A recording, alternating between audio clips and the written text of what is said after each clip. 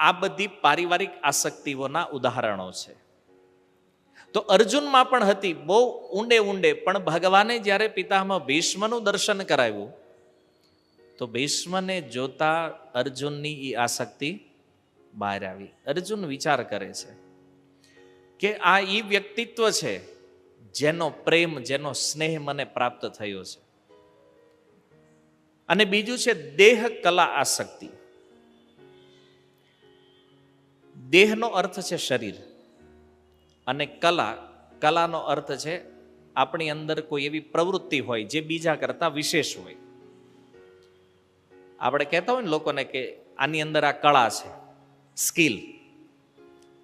આ પણ એક પ્રકારનું એટેચમેન્ટ છે. અચ્છા, દેહની આસક્તિ કેવી રીતે હોય? તો જો કોઈ નાનો બાળક હોય, જન્મથી જ બહુ સુંદર હોય, તો એને બાળપણથી પોતાની સુંદરતાની ખબર હોતી નથી. 6 મહિનાનો બાળક હોય એને ખબર હોય કેટલો રૂપાળો છે, કેટલો સારો દેખાય છે, એને ખબર નથી. પણ જેમ જેમ એ મોટો થાય, 20 વર્ષ અથવા 15 વર્ષ પછી એ સુંદરતાનું ભૂત એમાં ઘૂસે કે યાર આપણે બહુ રૂપાળા લાગીએ. પછી સમજતો થાય જ્યારે મોટો થઈ જાય. બાકી હાવ નાના બાળક હોય ત્યાં સુધી આ નથી. પછી એમાં આસક્તિ જાગે. એ બાળક નાનો હોય, બધા એને તેડતા હોય, રમાડતા હોય, ચુંબન કરતા હોય, એને કાંઈ ખબર નથી કે હું કામ બધા આપણી યારે આવું કરે, કોઈ મતલબ નથી. અને એનો એ જ્યારે મોટો થઈ જાય ત્યારે અરીસાથી આઘો ન જાતો હોય, કારણ કે હવે ખબર પડી આપણું રૂપ છે ભાઈ. એમ દેહની આસક્તિ ભાઈ જાગે. અચ્છા, કલાની આસક્તિ શું છે? કલા, માની લો કોઈની અંદર કોઈ કળા ભગવાને આપી છે. હવે આ દુનિયામાં એવું એક પણ શરીર નથી જેમાં કોઈ કલા નથી. ઘણીવાર લોકો એમ કહેતા હોય કે ભાઈ મારામાં તો કોઈ જ કળા નથી. તો વાસ્તવમાં આવું કહેવું એ ભગવાનનું અપમાન છે. કારણ કે આ શરીરો કોણે બનાવ્યા છે? ભગવાને બનાવ્યા. તો ભગવાને કોઈને કોઈ શરીરમાં કાંઈક ને કાંઈક કળા તો આપી છે. અને પ્રભુપાદ કહે છે એ કળાને આપણે કૃષ્ણની સેવામાં લગાડવાની છે. તો આપણી અંદર જે કાંઈ કળાઓ છે એ પ્રાય એવું દેખાય છે કે આપણું અભિમાન વધારે છે. માનો કોઈને સારું બોલતા આવડતું હોય તે પછી જવાબ ન દેતા હોય. કોઈને સારું ગાતા આવડતું હોય તો જોવો છો ને સિંગરોના એટીટ્યુડ. એમ કોઈને ફોટો પડાવવા આવે તો ધક્કો મારીને કાઢી મૂકે. બધાના પોતપોતામાં કાંઈ પણ કળા જો થોડીક સમાજમાં પ્રદર્શિત થઈ ગઈ અને હાલી ગયું પછી એટીટ્યુડ જબરજસ્ત હોય. શું કામ? એ માને છે કે આ કલા કોની છે? અમારી છે, અમારું બળ છે. તો અર્જુને જ્યારે દ્રોણાચાર્યને જોયા તો એને જોઈને જે આસક્તિ જાગી છે એ શું છે? કે મારી અંદર જે ધનુર્વિદ્યા છે, જે ગાંડીવ ચલાવવાની શક્તિ છે એ કોના દ્વારા આવી છે? દ્રોણાચાર્ય દ્વારા. તો જેણે મને ધનુર્ધારી બનાવ્યો છે, જેણે મને આ કલા આપી છે, આ જ ગુરુને મારે મારવાના છે, એની જ સામે મારે પ્રયોગ કરવાનો છે આનો. આ છે કલા આસક્તિ. પણ અર્જુન એ વિચાર નથી કરતા કે ભલે દ્રોણાચાર્ય એ કળા એને આપી ધનુર્વિદ્યાની, પણ વાસ્તવમાં કળા કોના પાસેથી આવી છે? વાસ્તવિક કલાના સ્વામી કોણ છે? ભગવાન કૃષ્ણ છે. કારણ કે સૌથી મોટા કલાકાર એ છે. તો વાસ્તવમાં કોઈ જીવોમાં કોઈ કળા છે ને તો એ ભગવાનથી આવે છે. પણ જો આ સંસારમાં શ્રેય લોકો કોને આપે છે? એના જે કોચ હોય એને, ગુરુઓને. ના ના તમે હતા એટલે. પણ એ ગુરુને પૂછો તમારામાં ક્યાંથી આવી? તો કે અમને અમારા ગુરુ આપી. એને પૂછો તમારામાં ક્યાંથી આવી? તો અલ્ટિમેટ કલા કોનાથી પ્રદર્શિત થાય છે? ભગવાનથી. અને આ જ વાત અર્જુનને સમજવાની હતી અહીંયા, કે જે મારો રથ ચલાવે છે ને એ કૃષ્ણ સૌથી મોટા કલાકાર છે. પણ એને કલામાં કોણ દેખાય? દ્રોણાચાર્ય. એક આસક્તિ જાગી, મારા ગુરુ છે જેનાથી હું શીખ્યો છું. અને આ વાત અર્જુનને ખબર પડી. મહાભારત યુદ્ધની પૂર્ણતા અને આ લીલાઓનું સમાપન જ્યારે કરી રહ્યા હતા ભગવાન, તો અર્જુન ગયા હતા દ્વારકાની સ્ત્રીઓને લેવા માટે. અને તમે જુઓ, એ જ અર્જુન છે, એ જ ધનુર્વિદ્યા જે દ્રોણાચાર્યથી શીખ્યા છે, એ જ ગાંડિયું, પણ ગામના સામાન્ય ગોવાળોએ અર્જુનને હરાવી દીધા. વિચાર કરો, આખા મહાભારતની અંદર એવો કોઈ યોદ્ધા નહોતો જે અર્જુનનો સામનો કરી શકે. આ જ અર્જુન એક સામાન્ય ગોવાળોથી જ્યારે હારી ગયા, તો અર્જુનના મનમાં વિચાર થયો કે આ યુદ્ધમાં જે કાંઈ જીત થઈ, જે કાંઈ પ્રાપ્ત થયું છે, આ બધાનું કારણ કોણ છે? ભગવાન કૃષ્ણ છે. નથી ગાંડીવનું સામર્થ્ય કે નથી દ્રોણાચાર્યએ આપેલી વિદ્યાનું સામર્થ્ય. અર્જુનમાં સામર્થ્ય કોનું છે? ભગવાન કૃષ્ણનું છે. તો એવી રીતે આપણી અંદર પણ જે કાંઈ સામર્થ્ય છે, જે કાંઈ કરી શકીએ છીએ, આ વાસ્તવમાં ભગવાન કૃષ્ણથી આવ્યું છે. પણ દેહ અને કલાની આસક્તિના કારણે આપણે શ્રેય સંસારના બીજા લોકોને આપીએ, પણ ભગવાનને આપતા નથી. તો આ બંને આસક્તિ છે, આ બંનેના અંતરને સમજી અને જો આપણે મુક્ત થવું હોય તો કેન્દ્રમાં કૃષ્ણ જરૂરી છે. આપણા જીવનના પ્રત્યેક કાર્યોમાં કેન્દ્ર બિંદુ કોણ હોવું જોઈએ? ભગવાન કૃષ્ણ. અને આ કૃષ્ણ ભાવના ભાવિત વિચાર આપણને આ મોહથી મુક્ત કરે છે, પારિવારિક મોહથી પણ અને દેહ અને કલાની આસક્તિથી પણ આપણને મુક્ત કરી દે છે. આ સુંદર વ્યવસ્થા છે ભગવાનની. પણ હવે આપણી સ્થિતિ એવી છે, આસક્તિ શું છે એ જ ખબર નથી. તો છોડવાનું તો બહુ દૂરની વાત છે, એ તો વિચારેય નથી આપણી અંદર. એટલા માટે આ પ્રસંગથી આપણને સમજાય છે કે અર્જુનને, ભીષ્મ અને દ્રોણની સામે ભગવાન લાવ્યા. આનો એક ભાવ એ પણ છે, એક સિદ્ધાંત આ સંસારનો આપણને આમાંથી સમજાય કે આપણને જે જોઈ છે એ મળતું નથી, અને જ્યારે મળે છે ત્યારે એ જોતું નથી. આવું થાય છે કે નહીં સંસારમાં? અર્જુનને યુદ્ધ કરવું હતું ત્યારે યુદ્ધ થયું નહીં. ક્યારે યુદ્ધ કરવું હતું અર્જુનને ખબર છે? અર્જુન ક્યારે ઉત્સાહી હતા લડવા માટે? કઈ પ્રસંગ યાદ આવે છે મહાભારતમાંથી? જ્યારે અર્જુનની ઈચ્છા હતી કે અત્યારે જો ગાંડી હાથમાં હોય ને તો બધાને સ્વાહા કરી દઈએ.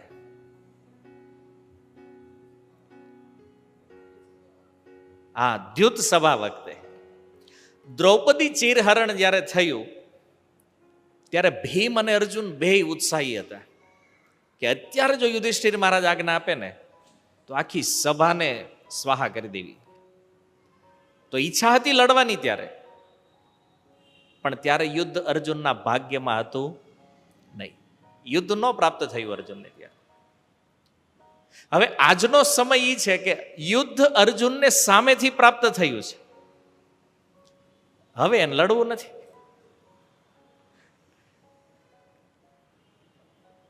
તો આ સિદ્ધાંત ઉપર યદિ જો આપણે વિચાર કરીએ તો સંસારમાં આપણી સેમ સ્થિતિ છે.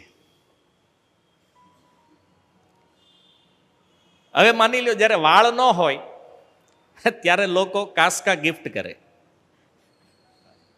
કઈ કામનું ખરું?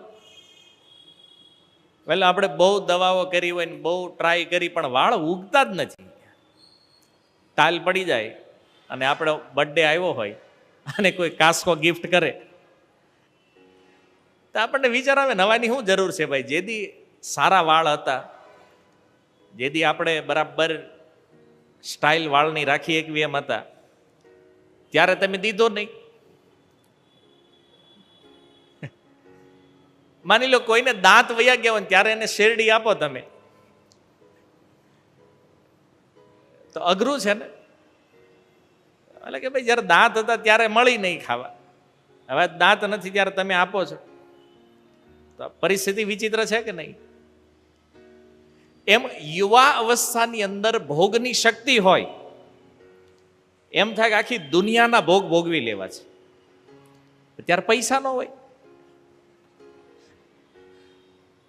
જ્યારે એમ થાય કે બધા ભોગ ભોગવવા છે તો પૈસા નથી, અને જેથી પૈસા આવે ત્યારે આપણે ભોગ ભોગવીએ એવા હોય નહીં. માની લો બહુ મહેનત કરીને આપણે ધન ભેગું કર્યું હોય, બહુ મોટી ઉંમર થઈ જાય, કારણ કે તરત તો મળે નહીં. 50-60 વર્ષની ઉંમરમાં બેંક બેલેન્સ મોટું થાય, અને પછી કોઈ કેમ કે હાલો ને માલદીવ જવું છે, પેલા કે ભાઈ હવે હું જેથી દિવસો હતા તેથી હતું નહીં.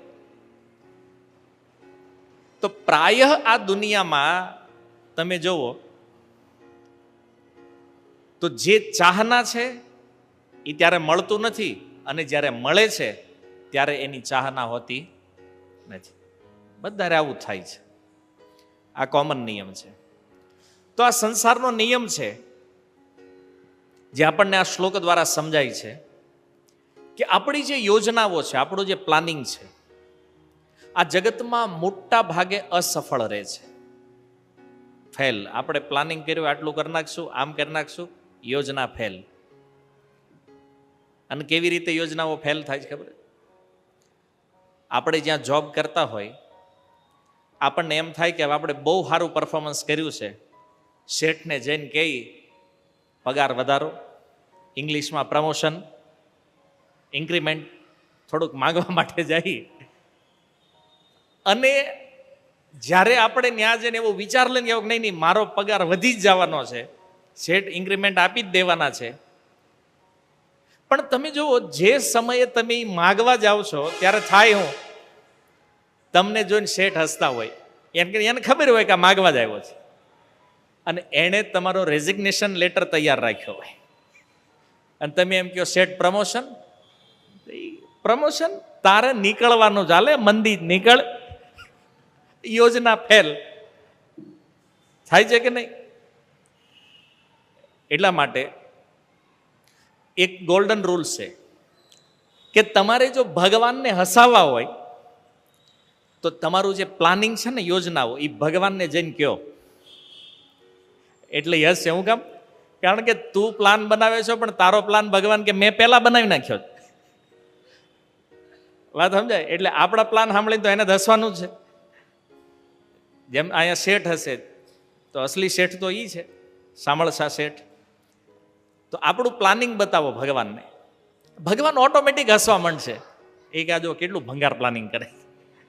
એમ તમે કર્યું હશે કે ભાઈ સુરતમાં એક મકાન થાય, પછી મુંબઈ કરશું ને પછી અમેરિકા કરશું ને છોકરાને ભણાઈ દેવા છે ને અમેરિકા મોકલી દેવું ને આ કરશું ને તે કરશું.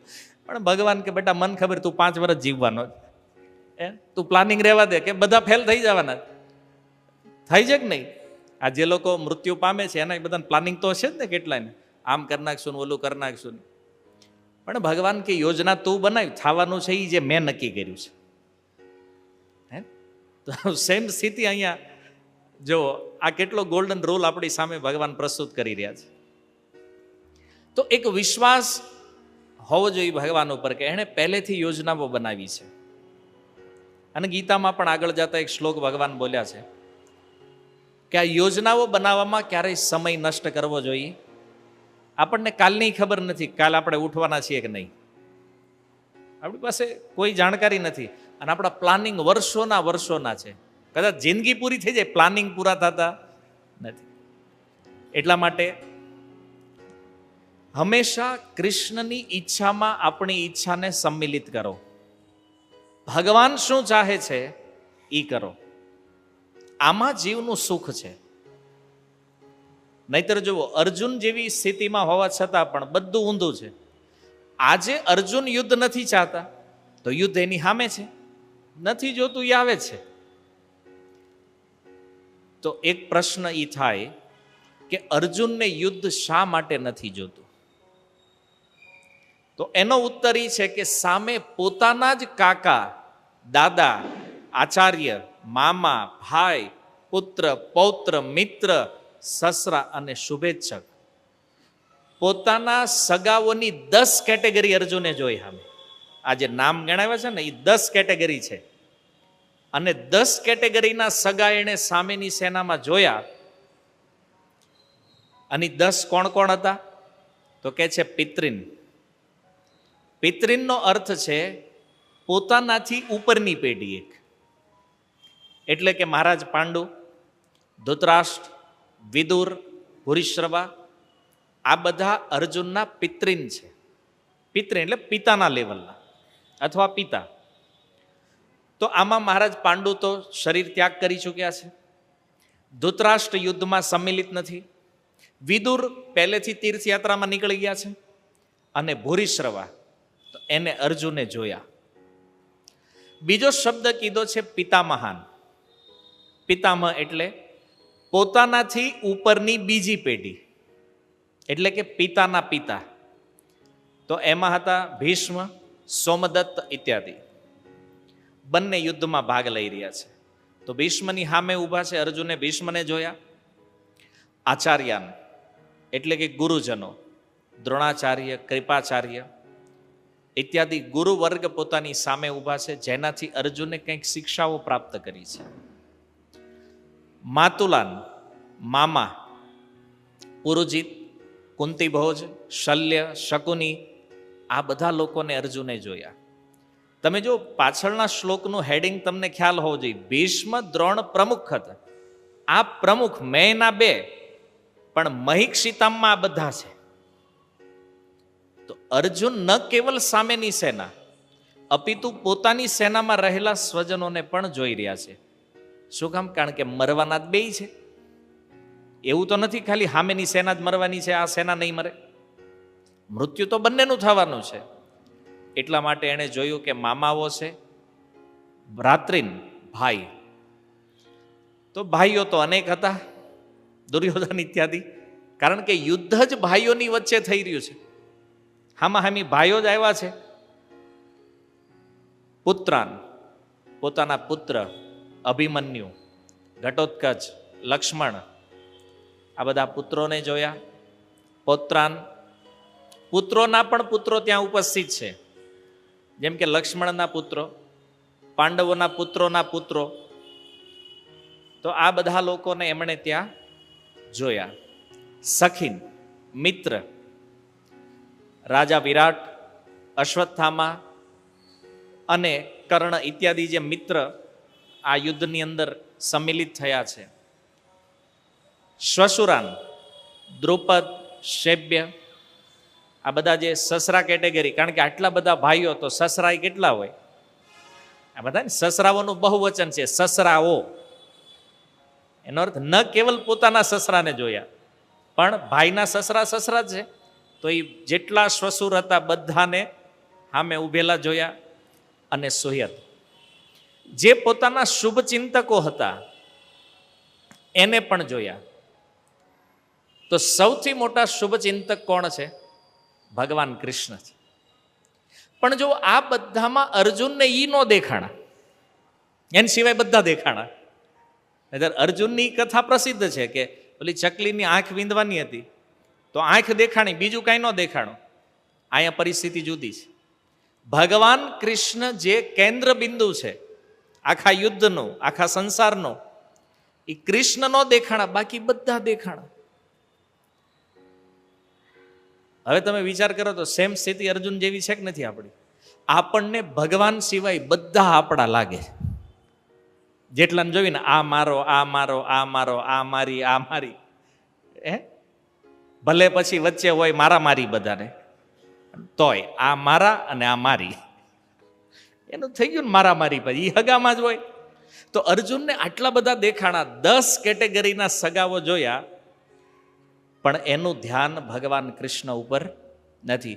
કે આમ મારા સૌથી સુહૃદ શુભેચ્છક જે છે એ કૃષ્ણ છે. પણ અર્જુનને કોણ દેખાય છે? સાત્યકી, કૃતવર્મા. એને લાગ્યું આ બધા મારા શુભેચ્છકો છે, મારું સારું ઈચ્છવાવાળા છે, જે લોકો મહાભારત યુદ્ધની અંદર આવ્યા છે. તો આ રીતે અર્જુને પોતાના સ્નેહીઓને જોયા, અને આ બધાને જોયા પછી એની અંદર જે પારિવારિક સ્નેહ હતો એ સ્નેહ પ્રગટ થઈ ગયો મોહના રૂપમાં. અને અર્જુનના મનમાં થયું કે આની હારે લડાઈ, આ તો બધા મારા જ છે અને મારું જ પરિવાર મરવાનું છે, તો પછી મારે શા માટે યુદ્ધ કરવું જોઈએ? તો જો અર્જુને બધા સાથે પોતાનો સંબંધ જોયો, પણ અર્જુન ભૂલી ગયા કે નિત્ય સંબંધ ભગવાન કૃષ્ણથી છે. આ જગતના બધા સંબંધ અનિત્ય છે, કારણ કે બધા સંબંધ શરીરના આરંભે જોડાય છે અને શરીર સમાપ્ત થતા જ બધા સંબંધ સમાપ્ત થઈ જાય છે. કોઈ સંબંધ નિત્ય નથી. અને ભગવાન સાથે જોડાયેલો સંબંધ નિત્ય છે, જે ક્યારેય છૂટતો નથી. તો એની ઉપર આપણે ફોકસ કરતા નથી.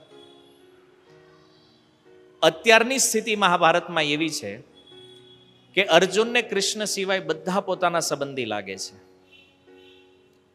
પણ આપણા વાસ્તવિક સંબંધી ભગવાનને ભૂલ્યા આજ આપણા દુઃખનું મોટામાં મોટું કારણ છે.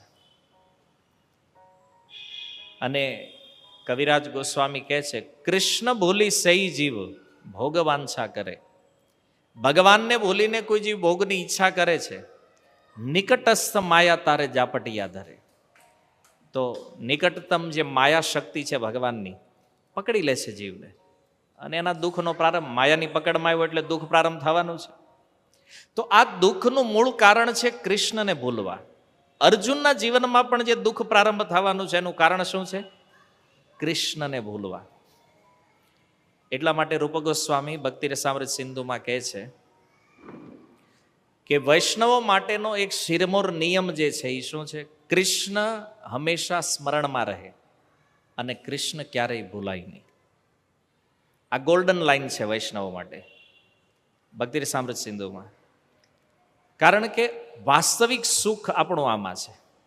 ભલે આપણે ભક્તિ કરતા હોય, માનતા હોય કૃષ્ણને, પણ જ્યાં સુધી સંબંધ ડેવલપ નહીં થાય, સંબંધ નહીં બને ભગવાન સાથે, ત્યાં સુધી એવી ઉત્કટતા આવતી નથી, એવો ઉત્સાહ આપણને પ્રાપ્ત થતો નથી. અને એટલા માટે ભક્તિમાં આપણે ઢીલા ઢીલા મંદ મંદ રહેતા હોય. શું કામ? કારણ કે આપણે કૃષ્ણને સ્નેહી માનતા જ નથી. આપણે સ્નેહી કોને માનીએ છીએ? જેને નથી માનવાના. જે આખું જે આપણું છે, અર્જુનની જેમ આપણી 10 કેટેગરીઓ છે, એવું નથી અર્જુનને 10 કેટેગરીના સગા છે. આપણે કદાચ 11 હશે, એક એક્સ્ટ્રા. કારણ કે એની વખતે તો ફેસબુક હતું નહીં ને, આમાં ઈ નથી. એટલે ફેસબુકથી વોટ્સએપથી જે રિલેશન બન્યા છે એટલે 11મી કેટેગરી આપણી પાસે છે. આપણે આસક્તિમાં એક સ્ટેપ ઉપર છીએ અર્જુનથી, સમજ્યા? પણ જો શ્રીમદ ભાગવતની અંદર એક સુંદર ઉપાખ્યાન નારદ મુનિ રાજા પ્રાચીન બરહીને કહે છે, પુરંજન નામનો એક રાજા હતો અને એ ફરતા ફરતા એક નગરમાં જઈ ચડ્યો. સુંદર નવ દ્વારવાળું એ નગર હતું. નગરમાં જેવી એની એન્ટ્રી થઈ તો ત્યાં એણે એક સુંદર સ્ત્રી જોઈ, અને એ સુંદર સ્ત્રીને જોઈને એમાં એટલો આસક્ત થઈ ગયો કે પછી એ જ સ્ત્રી સાથે રહી અને એની હારે વિહાર કરવા લાગ્યો.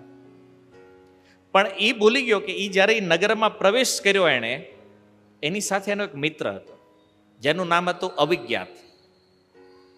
હારે બે પ્રવેશ કર્યા હતા નગરમાં, અને પછી તો એ સ્ત્રીના એવા વશમાં થયો એ કે એ સ્ત્રી એમ કે ઊભો થા તો ઊભો થાય, બેહી જા તો બેહે, જેમ એ સ્ત્રી કે એમ જ કરે. અને આમ કરતા કરતા એક સમયે એ નગર ઉપર કોઈ આક્રમણ કરી દીધું અને નગર ભડકે બળવા લાગ્યું. તો આ એક રૂપક નારદ મુનિ રાજા પ્રાચીન બરહીને સંભળાવી રહ્યા છે કે નગર એટલે શરીર, પુરંજન બીજું કોઈ નથી, એ જીવાત્મા છે. નવ દ્વારવાળું નગર એટલે નવ દ્વારવાળું આ શરીર છે, જેમાં એનો મિત્ર અવિજ્ઞાત એટલે કે પરમાત્મા, ભગવાન અને જીવ બંને સાથે શરીરમાં પ્રવેશ કરે છે. અને એ સ્ત્રી જે છે એ છે બુદ્ધિ. તો આત્મા જ્યારે બુદ્ધિની પકડમાં આવી જાય ત્યારે આત્મા એ જ કરે છે જે એ બુદ્ધિ અને ડાયરેક્શન આપે છે. જે સ્ત્રી છે સુંદર, એ છે બુદ્ધિની ઉપમા. કે બુદ્ધિ જ્યારે આત્માને પકડી લે પછી આત્મા એને વશ થઈ ગયો. હાલાકી વાસ્તવમાં એ સ્વતંત્ર છે, પણ બુદ્ધિના વશ થવાથી એટલું જ કરશે જેટલું બુદ્ધિ કહે છે.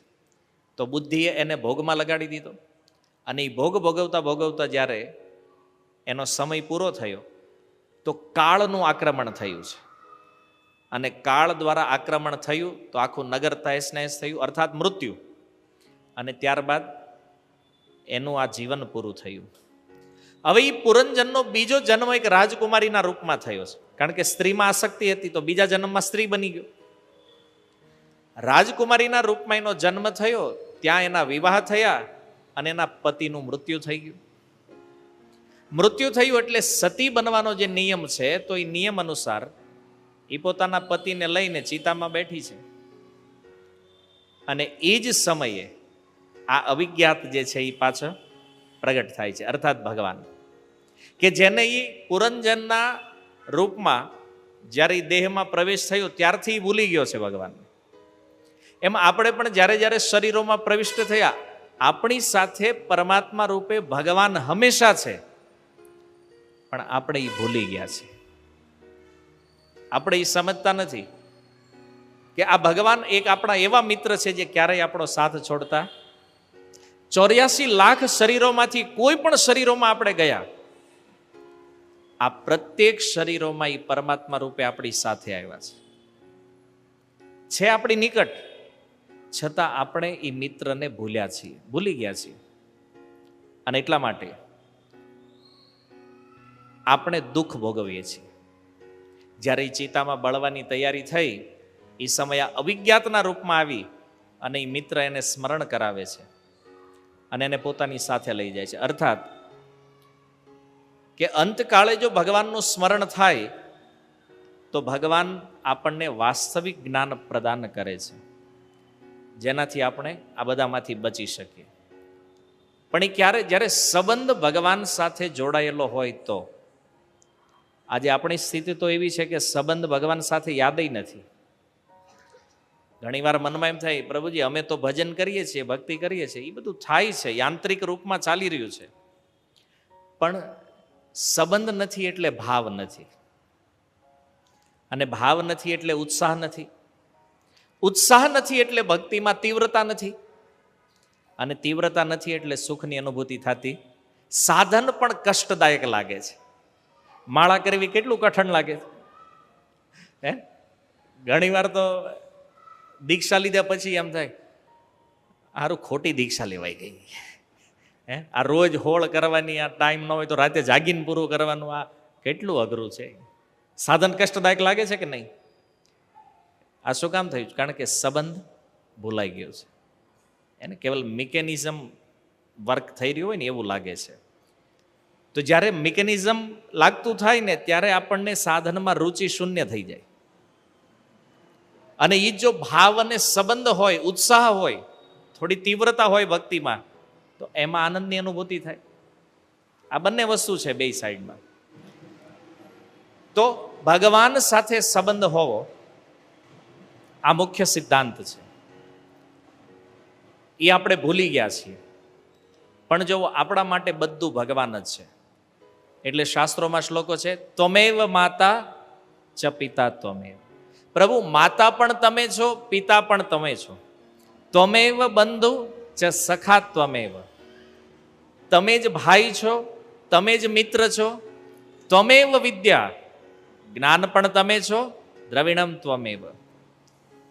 ત્વમેવ સર્વમ મમ દેવદેવ. મારું બધું જ તમે જ છો. આ ભાવ હોવો જોઈએ. ભગવાનથી વધારે જીવનું સુહૃદ આ જગતમાં કોઈ નથી. તો આ એ સ્મૃતિ છે જેનાથી આપણે સમજી શકીએ કે આપણો જન્મ જન્મથી સંબંધ ભગવાન કૃષ્ણથી છે.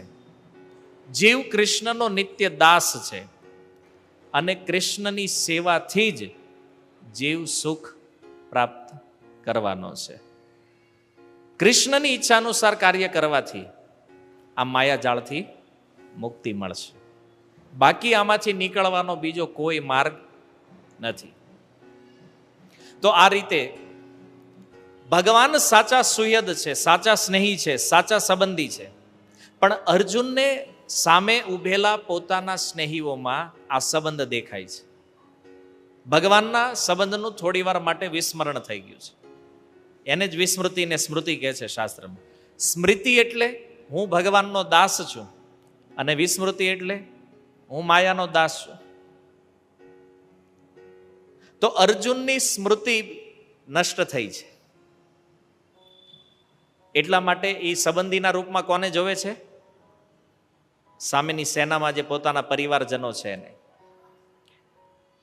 કારણ કે એ વિસ્મૃતિના ગુણમાં છે અર્જુન અત્યારે. અને ભગવદ્ ગીતાના અંતમાં એ સ્વીકાર કરે છે કે પ્રભુ, તમારી કૃપાથી તમે આજે ગીતા મને સંભળાવીને, આનાથી મારી સ્મૃતિ પાછી આવી ગઈ છે ને. તો આપણી પણ સ્મૃતિ નષ્ટ થઈ ગઈ છે.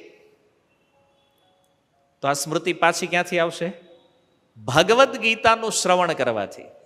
જ્યારે ભગવદ્ ગીતાને સાંભળશું તો આપણે આપણી વાસ્તવિક સ્થિતિને સમજશું, અને આપણને એ સમજાશે કે આપણે માયાના નહીં પણ કોના દાસ છીએ? કૃષ્ણના, ભગવાનના દાસ છીએ. આપણો સનાતન સંબંધ એની સાથે છે.